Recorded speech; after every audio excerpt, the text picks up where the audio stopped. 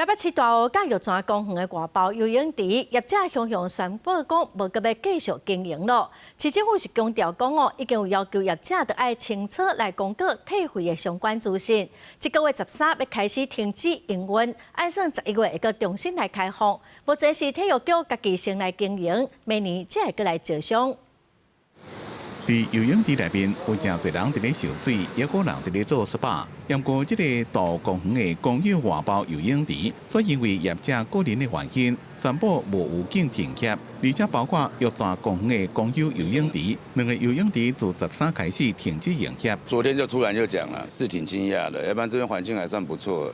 蛮可惜的啦。我住附近啊，这边比较近啊。听到说要停，礼拜一就开始要停了。业者伫咧现场已经公告退费的资讯，要求专人处理退费申请。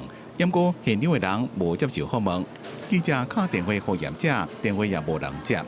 台北市政府除了体育局介入处理，劳动局也关心员工的权益，会同法务局、劳动局有进行 履约管理的咨询，确保这两个场馆的劳工及消费者的权益。我们决定提前终止泳池的契约。后续如果有发生劳资争议，或是有未给付工资等相关情事，劳动局均将主动介入调查处理。因为最近除了全境有家无预警停业，即马又有外包的游泳池业者同款无预警停业。经销商家讲，电钱起一个人事成本愈来愈悬，拢是经营困难的原因。 整个经营上还有人事的一些相关的管理，它的成本都是增加的。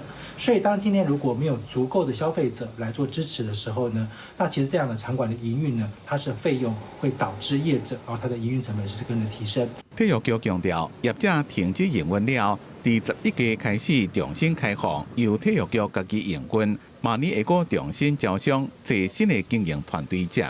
记者综合报道。